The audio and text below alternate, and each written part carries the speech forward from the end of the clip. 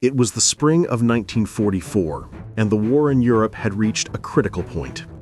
Allied forces were preparing for a massive invasion of Nazi-occupied France, an operation that would demand every ounce of courage, strategy, and skill the United States could muster.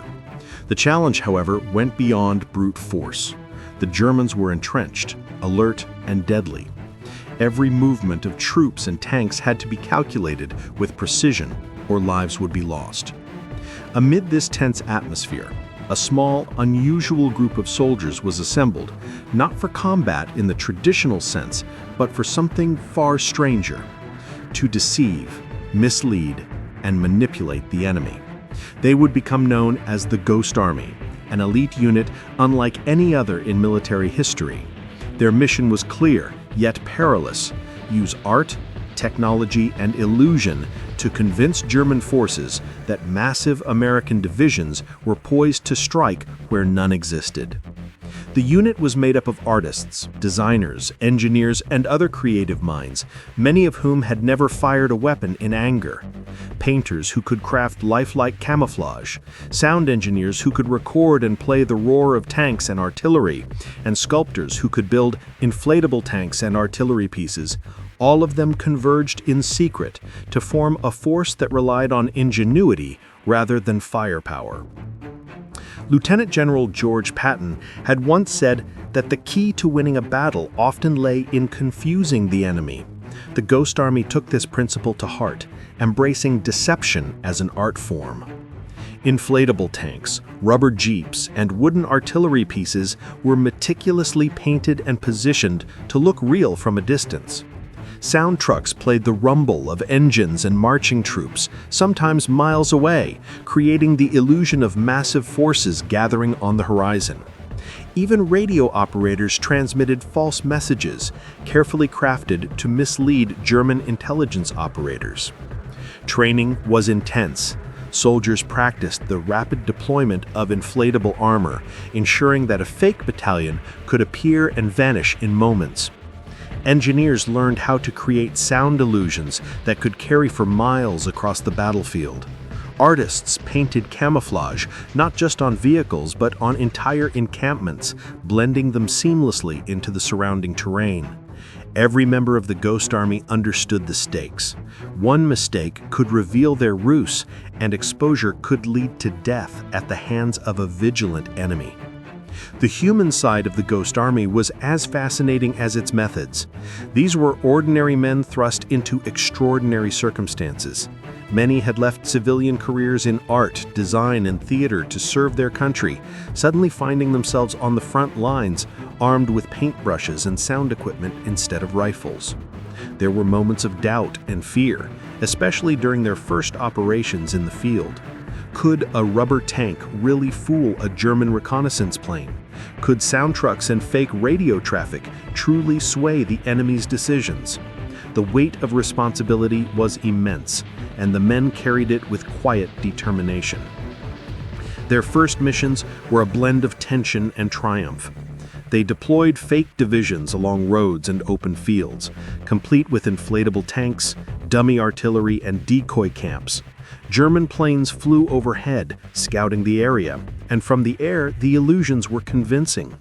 The enemy commanders, seeing what they believed were real battalions, altered their troop movements, reinforcing positions that didn't actually exist.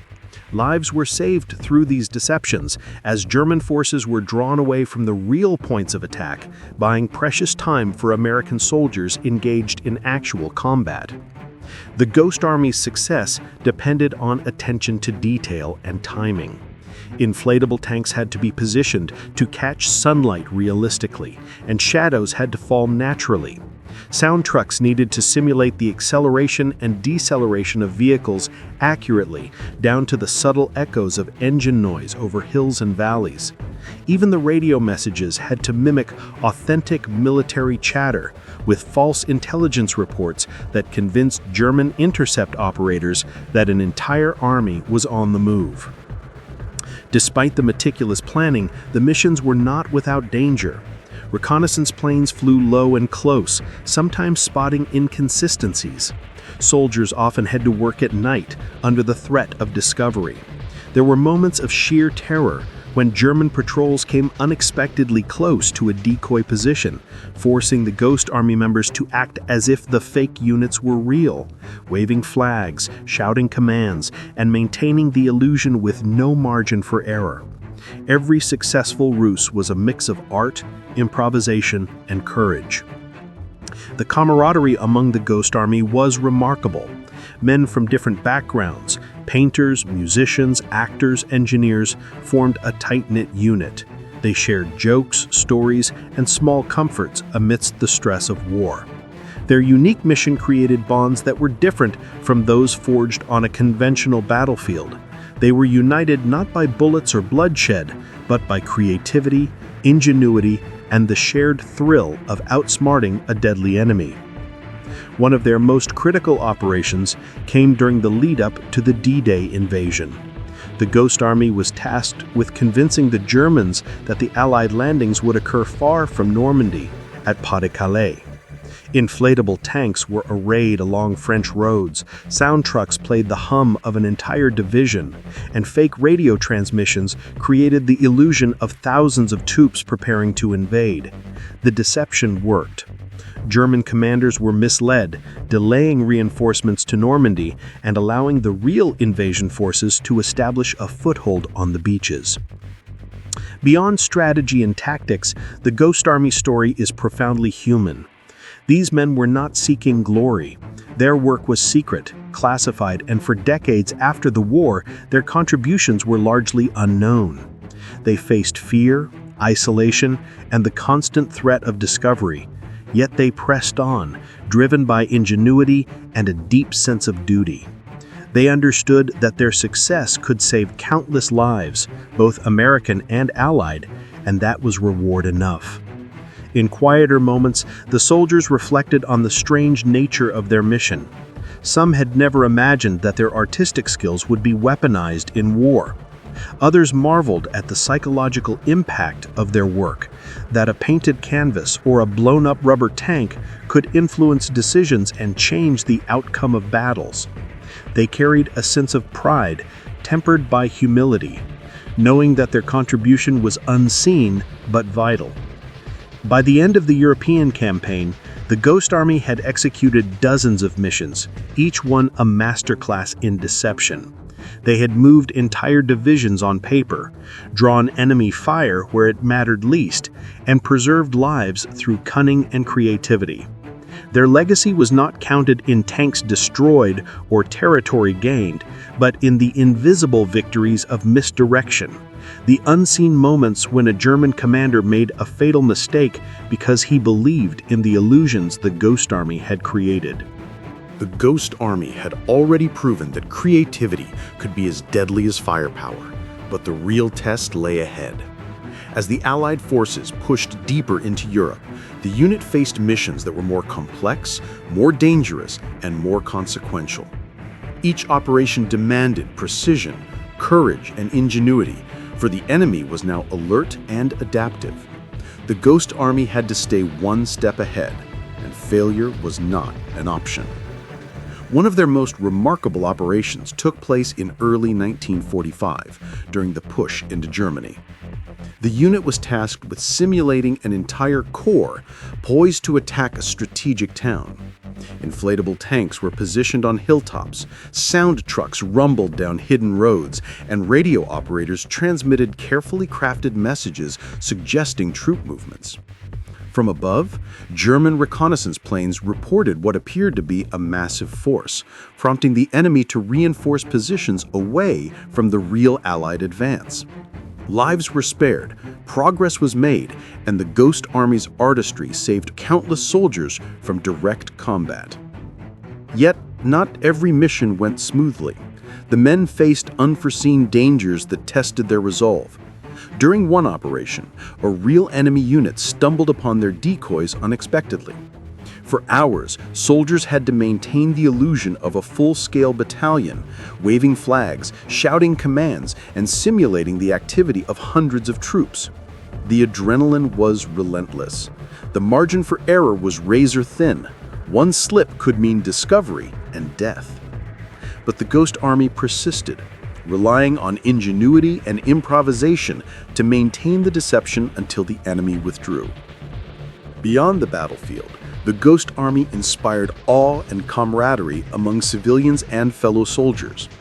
Villagers and townspeople would watch in amazement as rubber tanks and wooden artillery seemed to spring to life. American soldiers, seeing their efforts in action, gained renewed hope and confidence in unconventional tactics. The Ghost Army demonstrated that war was not solely about bullets and explosions. It was about strategy, psychology, and the human mind's ability to create reality from illusion. The personal stories of these soldiers reveal the courage behind the camouflage. Corporal John Pritchard, a painter before the war, recalled spending long nights arranging inflatable tanks under the stars, feeling the tension of knowing that every detail mattered. Sergeant Robert Barnes, a sound engineer, described the surreal experience of using massive speakers to simulate an entire armored division, hearing the echoes of engines bouncing across valleys, while imagining German officers being fooled miles away. For many, the fear and stress were constant, yet their determination never wavered. The Ghost Army's impact extended far beyond immediate tactical victories.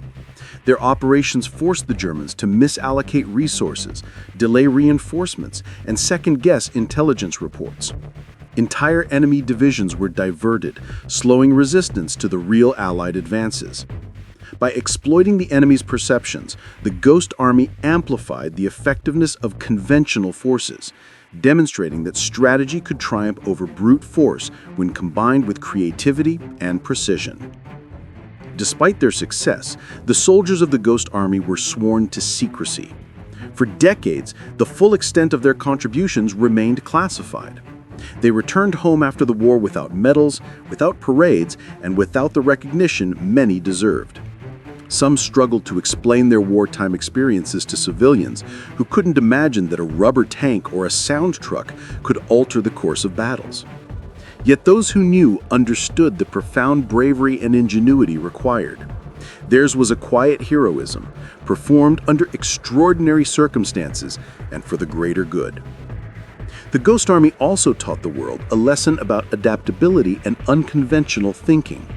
Traditional military doctrine emphasized firepower and numbers, but here was proof that psychology, art, and innovation could achieve remarkable results. The unit blurred the lines between soldier and artist, engineer and actor, strategist and illusionist. In doing so, they redefined what it meant to serve in war, demonstrating that courage could take many forms. One particularly harrowing mission involved simulating a full division near the Rhine just days before American forces crossed into Germany. Inflatable tanks were arrayed in a complex formation, complete with dummy artillery and fake supply depots. German observers flew overhead, reporting what they believed to be a massive force, prompting the enemy to reinforce positions away from the real Allied advance. Lives were spared, progress was made, and the Ghost Army's artistry saved countless soldiers from direct combat. As the war drew to a close, the men of the Ghost Army began to reflect on their unique role. They had faced fear, isolation, and constant danger, yet their efforts had saved lives and shortened battles.